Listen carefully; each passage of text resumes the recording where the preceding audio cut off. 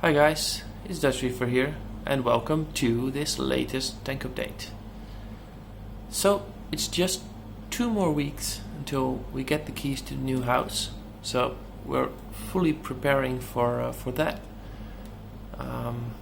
Everything in the house needs to be made ready for the move, and of course everything tank related also needs to be sorted out.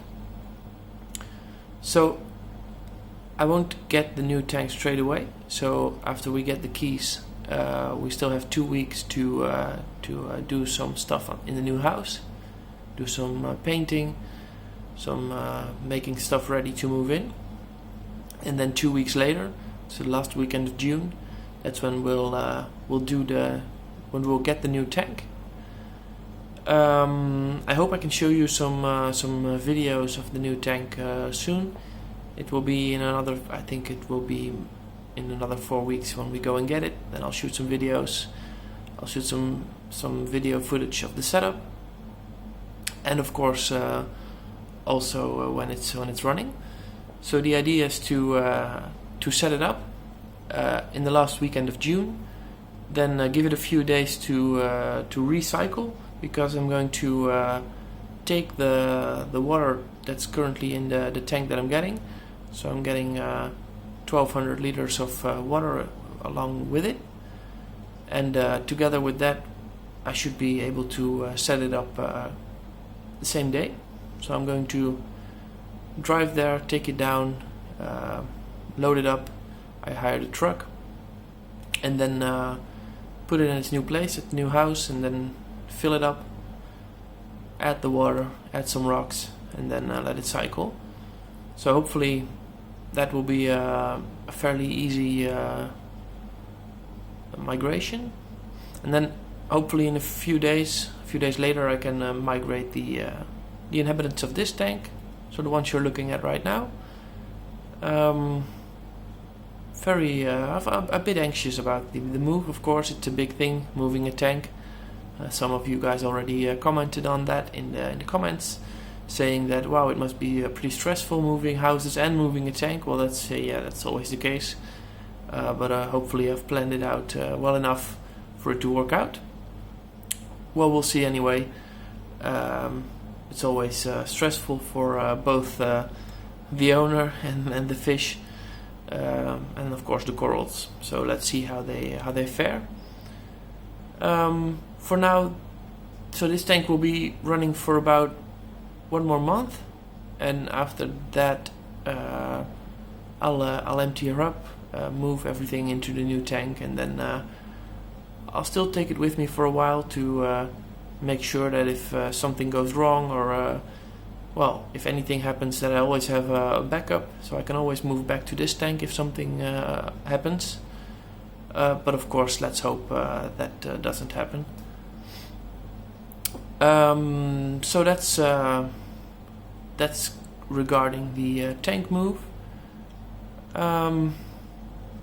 It's quite hot here today, by the way, so the tank is, as you can perhaps hear on the background, the chiller is running, of course, to make sure that the water temperature stays about 25 degrees.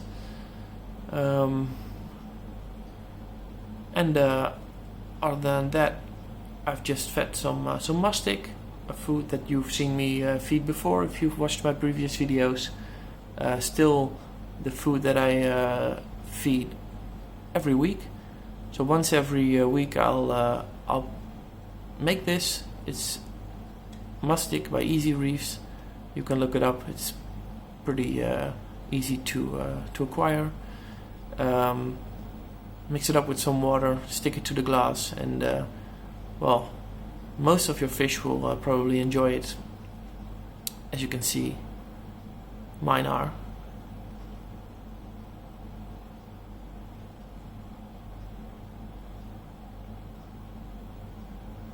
It's always nice to see how all the fish are enjoying it.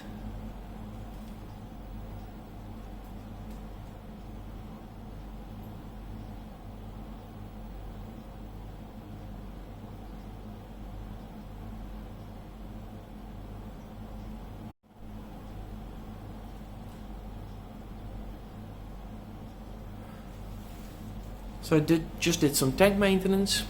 I filled up the bulling fluids again, which I'm dosing daily. So that's the last time actually, at least in this tank. And then after that I'll of course continue using that bulling method in my new tank. I'll probably need to get some larger containers, but other than that, the same method will still apply.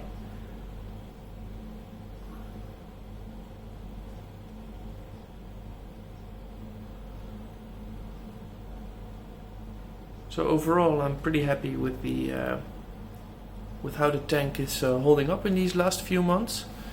It's of course always you need to pay attention to a lot of stuff when you're planning to move houses, so the tank doesn't always get the attention that it might need. But luckily everything is pretty stable after fixing the Montipora eating nudie branch plague, which this fish has taken care of. This Haligurus timorensis. As you can see, it's very fat. Of course, that's a good sign. At least it gets enough to eat. And now everything is running pretty smoothly. So I'm hoping that it will continue doing that until we actually start our move and actually complete our move. And then everything will carry on in the new tank as well. I'll take everything with me.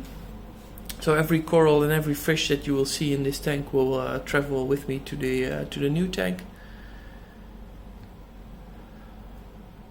And since that's a peninsula tank, there will be plenty of room for new coral. But for now, that's I'll make do with everything I have at the moment. I'm pretty sure that's enough to make it pretty to start with.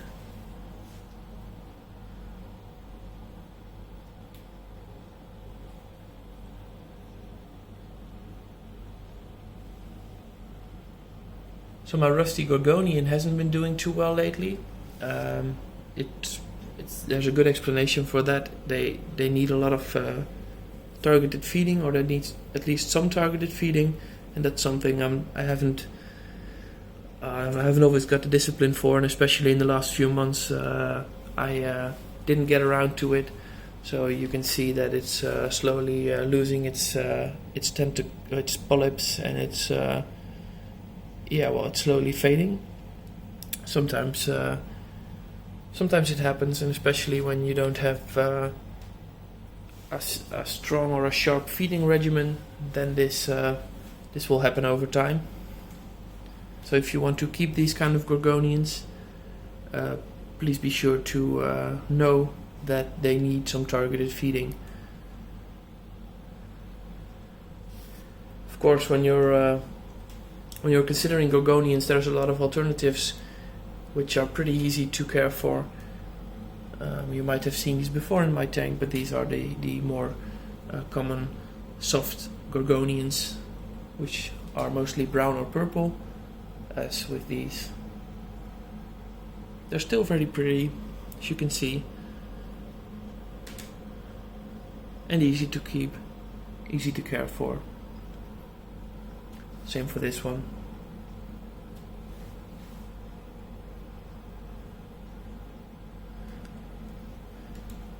So another coral that I need to prune down is this